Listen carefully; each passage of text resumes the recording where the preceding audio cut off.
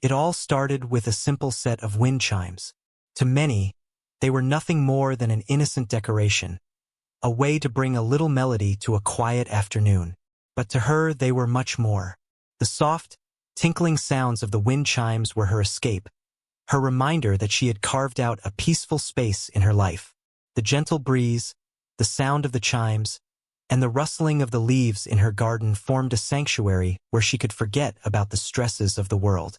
Her backyard, with its well-manicured flowers and neatly trimmed hedges, had always been her place of solace. She loved spending her evenings sitting on the swing, sipping her tea as the wind chimes chimed softly in the wind, a peaceful tune that soothed her soul.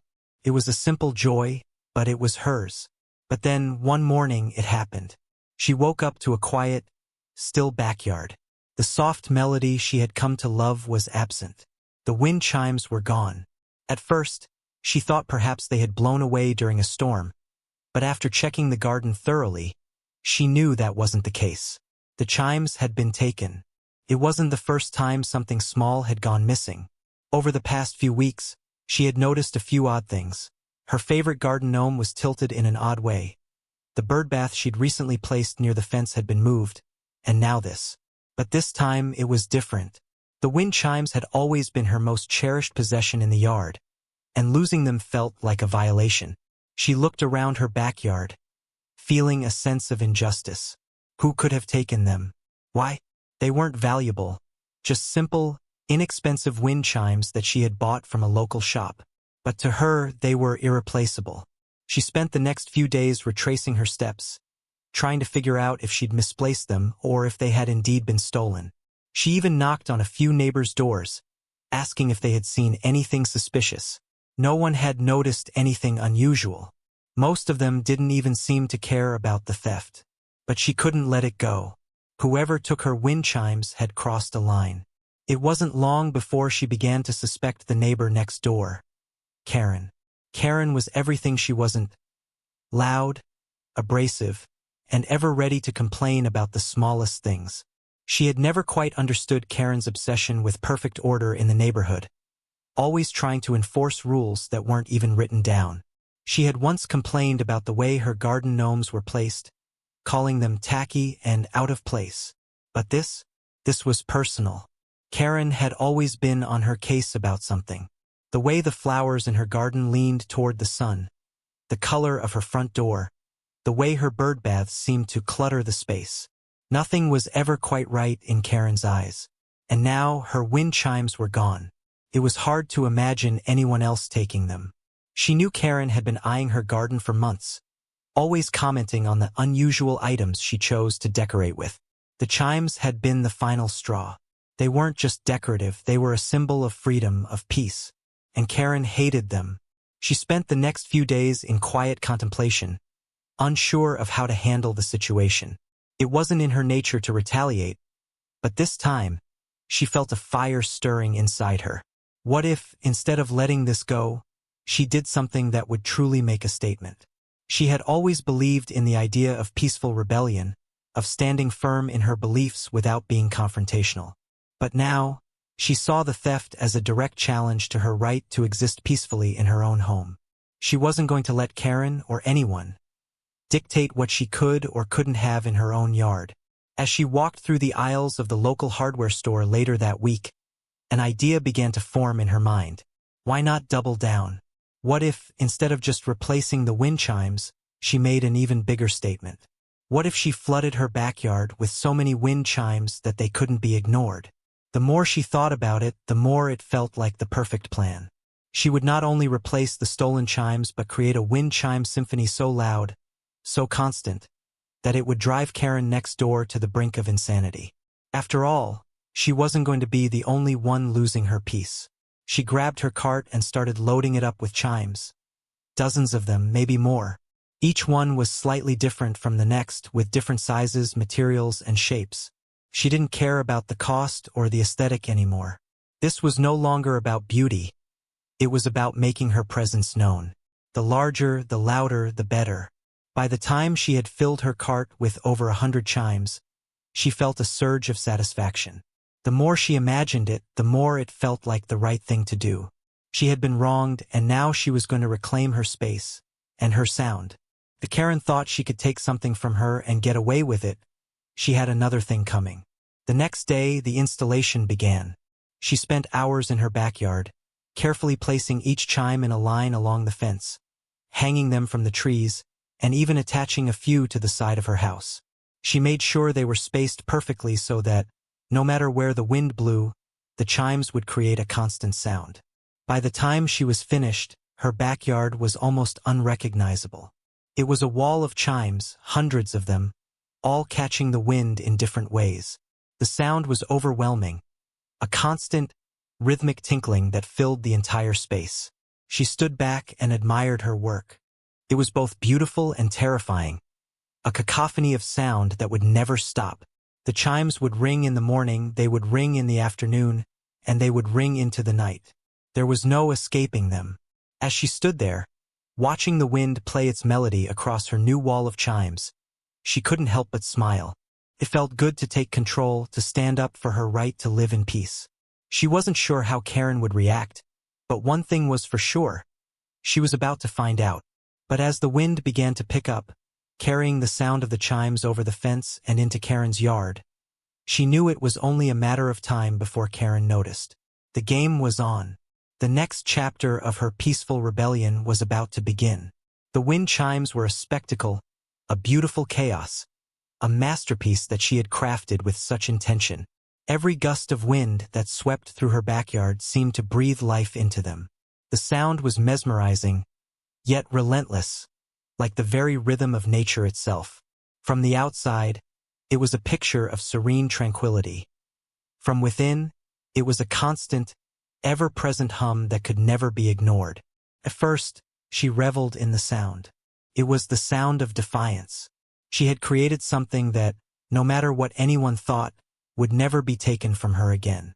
The wind chimes were more than just ornaments. They were a statement, a symbol of her right to live peacefully, to surround herself with the things that brought her joy, no matter how others felt about it. But as the days went by, the wind chimes began to take on a different life of their own. The gentle, soothing tinkling that had first drawn her to them now felt more like an unstoppable force. The neighborhood was filled with their song, echoing through the air at all hours of the day and night. The sound seemed to stretch beyond her property lines, filling every corner of the neighborhood. Her neighbors, who had once waved politely as they passed by, now avoided her gaze. The men and women who had stopped to chat in her garden now hurried by, their faces a little pinched, their movements a little quicker. She could sense the discomfort in their eyes, the way they avoided looking at her house, as if her peaceful rebellion had somehow offended their sense of normalcy. But none of that mattered. She had no intention of stopping. She wasn't about to shrink back into the shadows just because her neighbors didn't like the sound of the chimes. The chimes were hers to play, hers to enjoy, and if they didn't like it, that was their problem, not hers. Karen, however, was another story. Karen, the neighbor who had always been a thorn in her side, had quickly taken notice of the transformation in her backyard. It didn't take long before the angry glances started. Karen would stand in her own yard, her arms crossed tightly over her chest, staring toward the wind chimes like a woman who had just been robbed of something precious. For days, Karen said nothing. She simply watched. But then, the complaints began. The first came in the form of a passive-aggressive note slipped under her door. A polite yet pointed message that read, "The noise from your wind chimes is disruptive. It's becoming impossible to enjoy the peaceful neighborhood we've worked so hard to maintain. Kindly remove them or we'll have to take further action." The note made her laugh. Disruptive? Peaceful neighborhood? The irony was almost too much to bear. Here she was, living in a world where people complained about the sound of wind chimes, and Karen, who had made a career of policing everyone's gardens and lawns, was the one to bring it up. Her first instinct was to ignore it, to move on and focus on the beauty she had created. But as the days wore on, the sound of Karen's complaints began to grow louder in her mind. She had worked so hard to make a place that was hers, and now this woman, who had no business telling her how to live, was trying to take it away from her. Again, it wasn't long before Karen began to escalate things. She started standing in her yard, arms crossed, staring directly at the wind chimes as if willing them to fall silent. When that didn't work, she began calling the local authorities, reporting the noise, claiming that it was a disturbance. It wasn't long before an officer showed up at her door. She wasn't sure what she expected. Maybe she thought the officer would knock, make a note of the situation, and then go on his way. After all, what could he really do? The wind chimes weren't illegal. They weren't breaking any laws, and she wasn't going to let anyone tell her how to decorate her own home. When the officer arrived, she greeted him with a smile. She knew Karen's tactics. She had seen them too many times. Passive-aggressive complaints, subtle manipulations to make her feel guilty for living the way she chose. She wasn't going to fall for it. "Good morning, officer. Can I help you?" she asked, standing in the doorway with her arms at her sides. The officer looked her up and down, clearly trying to make sense of the situation. The wind chimes were loud, that much was true, but they were still within her property line. He glanced at the yard, at the dozens of chimes swinging gently in the breeze. It wasn't hard to see that this was an artistic statement, not a nuisance. The officer had been on enough calls to know the difference. "I've received a complaint from your neighbor about the noise," the officer said, holding up his notepad. "The chimes are apparently disturbing the peace." She couldn't help but smile. Disturbing the peace. It felt ridiculous, and yet here she was, standing face to face with someone who had come to enforce this ludicrous complaint. "I understand," she replied, "but I've done nothing wrong. The chimes are on my property, and they aren't violating any noise ordinances. I'm just trying to enjoy my yard in peace." The officer nodded, still hesitant. He was clearly caught between the letter of the law and his own instincts. After a moment of silence, he sighed. "Look, I'm not here to start any trouble. I just wanted to make sure everything was all right," he said. "If your neighbor continues to have issues, you may need to speak with them directly." She nodded. "I will, but I'm not taking down my chimes." The officer hesitated for a moment longer, then made a note on his pad. "All right, well, I'll let your neighbor know that everything's fine. Just try to keep the noise down. Okay?" She watched him leave, a wave of relief washing over her. But as the officer drove off, she couldn't help but feel a new sense of purpose. This wasn't just about her peace anymore. It was about standing her ground. And standing her ground she would. The days following the officer's visit were tense but relatively quiet. The wind chimes continued to sing their melody into the breeze, and for a while, Karen seemed to retreat into her own world.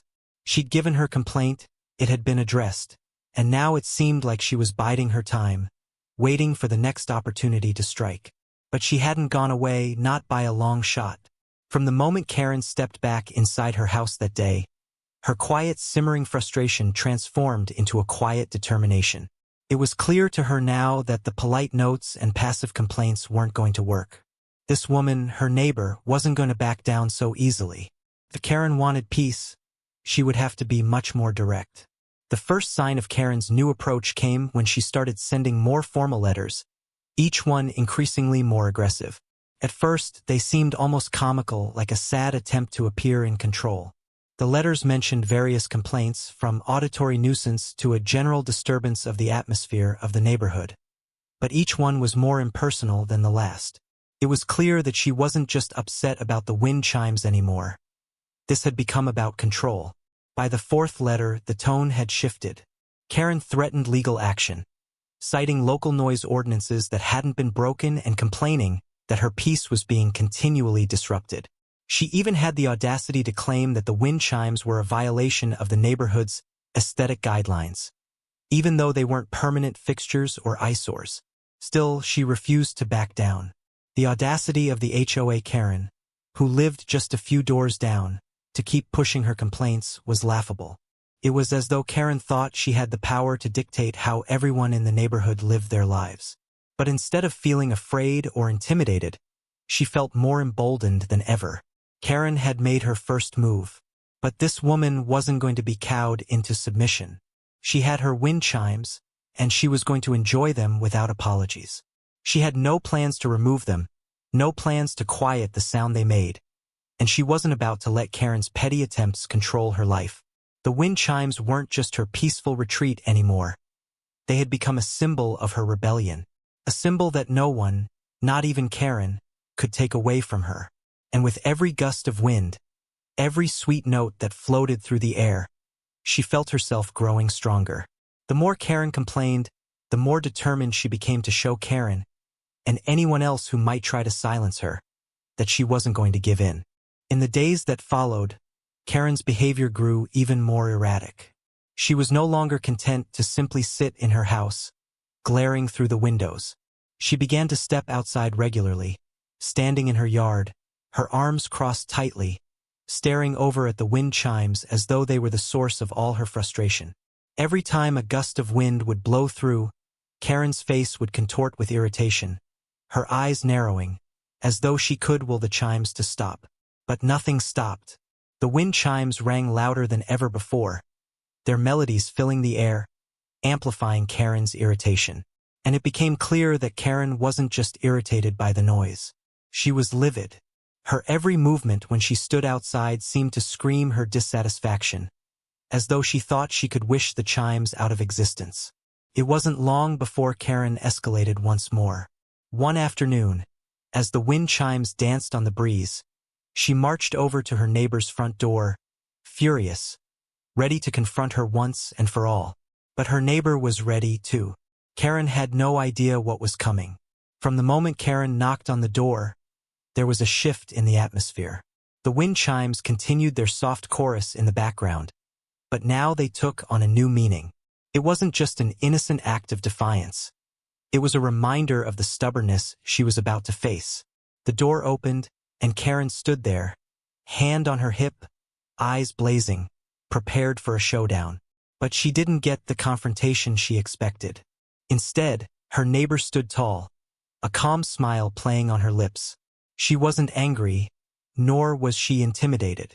She had already decided she wasn't going to give in to Karen's antics.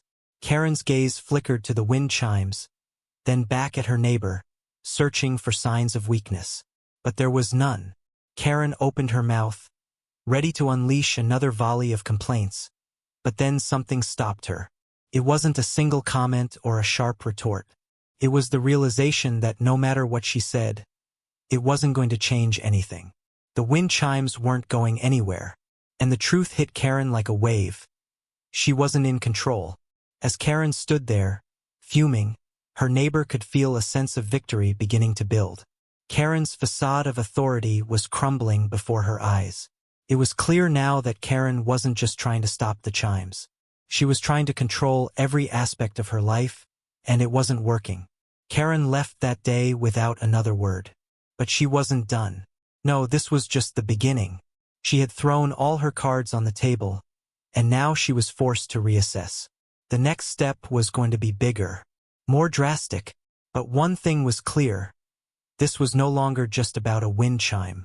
As the days passed after their brief encounter, it became apparent to Karen that she would need to take more drastic measures to silence the wind chimes once and for all.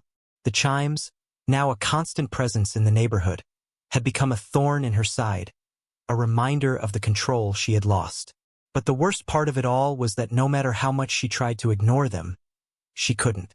The melodies kept floating through the air, rising and falling in the wind, constantly reminding her of her inability to stop them. Karen spent her nights stewing over the situation, going over the events in her head. The wind chimes weren't just a noise anymore. They were a statement. Her neighbor wasn't backing down, and it made Karen feel even more powerless. The thought of her neighbor's defiance only made the sound of those chimes feel louder, almost mocking in their persistence. Finally, after days of constant irritation, Karen came up with an idea. It wasn't enough to simply complain. It was time for her to escalate things. If her neighbor wasn't going to listen to her, then maybe she could show her just how much power she had. That's when it hit her. A grand gesture, a direct confrontation. Karen went to a nearby hardware store and bought a set of large wind chimes, the kind that were even bigger, more resonant, and louder than the ones her neighbor had. This wasn't just about quieting her neighbor's chimes. This was about proving a point. She wasn't going to let her neighbor's rebellious act of defiance go unchallenged. If her neighbor could have wind chimes, Karen would make sure that hers were even louder. She spent the next day installing her chimes, making sure they were hung on the edge of her porch, facing directly toward her neighbor's yard. But this time, Karen wasn't just hanging one or two chimes. No, she created a wall, a full row of the biggest, loudest wind chimes the hardware store had to offer. It was a statement of dominance, a declaration that she wasn't going to lose to her neighbor.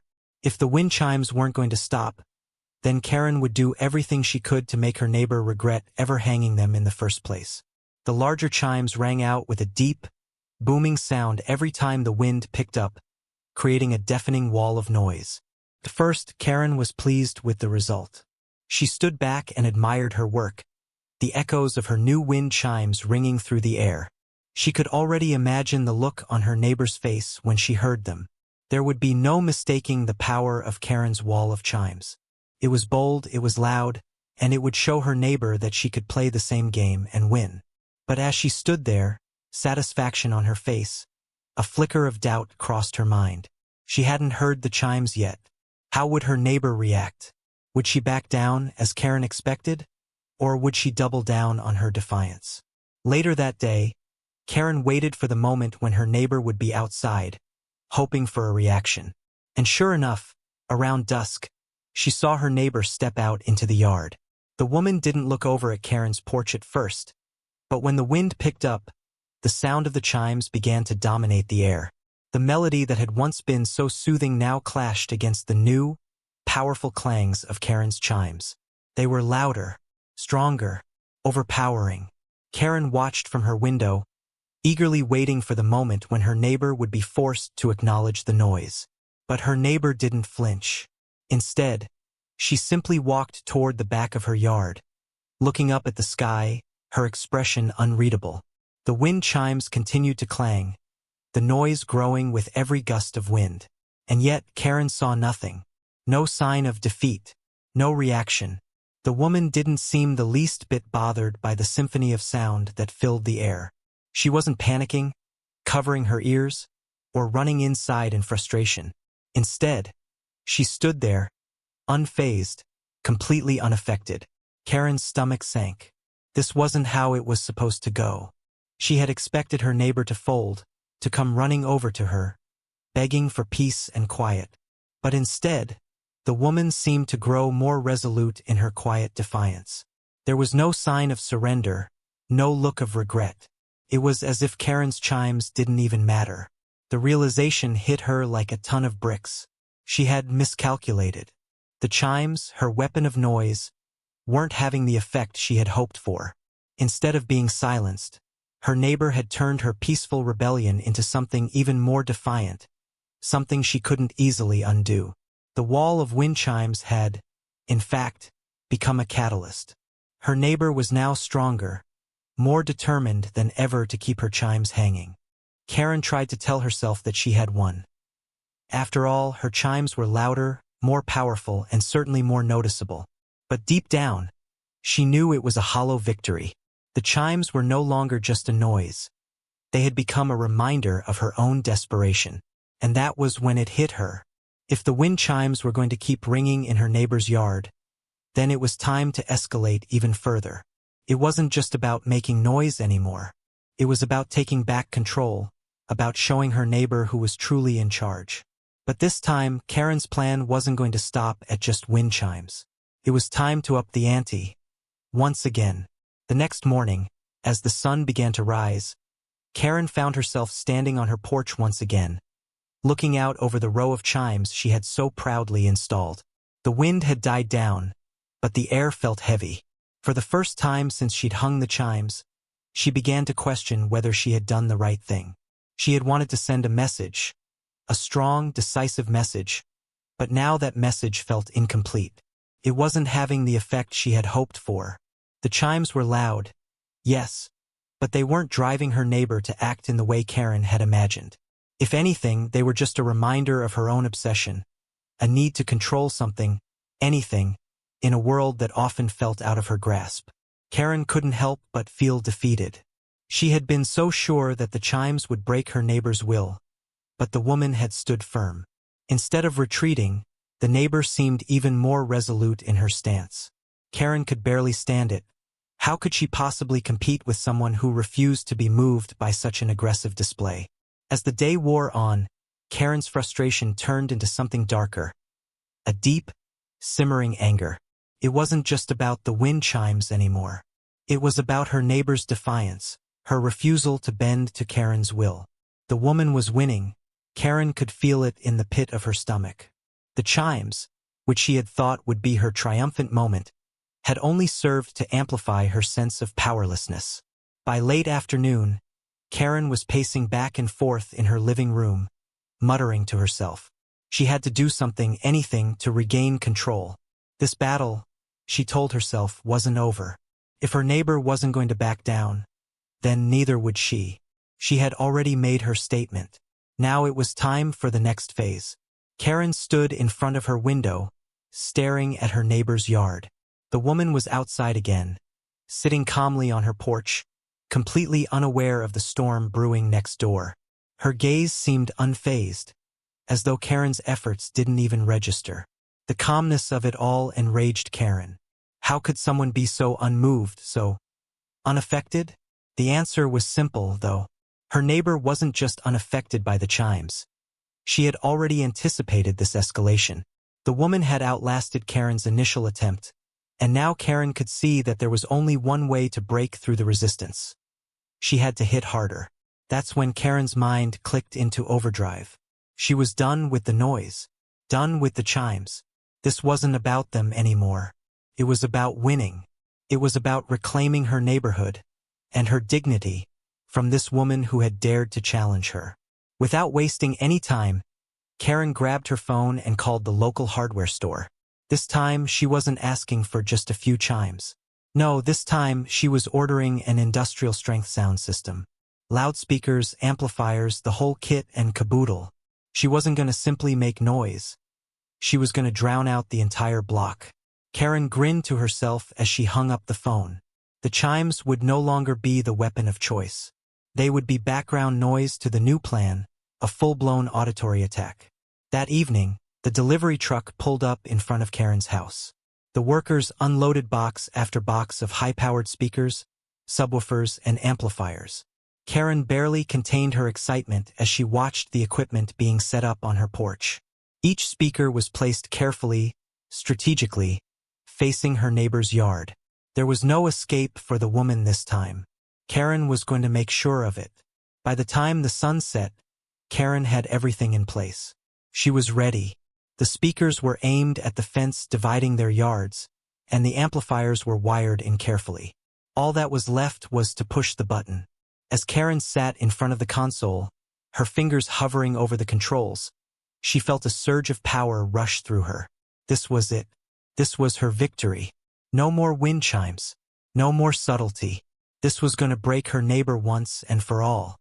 With a wicked smile, Karen hit the button. First, there was nothing. Then, suddenly, the speakers came to life. The sound wasn't just loud. It was unbearable. It was an intense, high-pitched noise that screamed through the air, rattling the windows in her house and shaking the ground beneath her. The force of it was enough to make her feel like she was inside a sonic boom.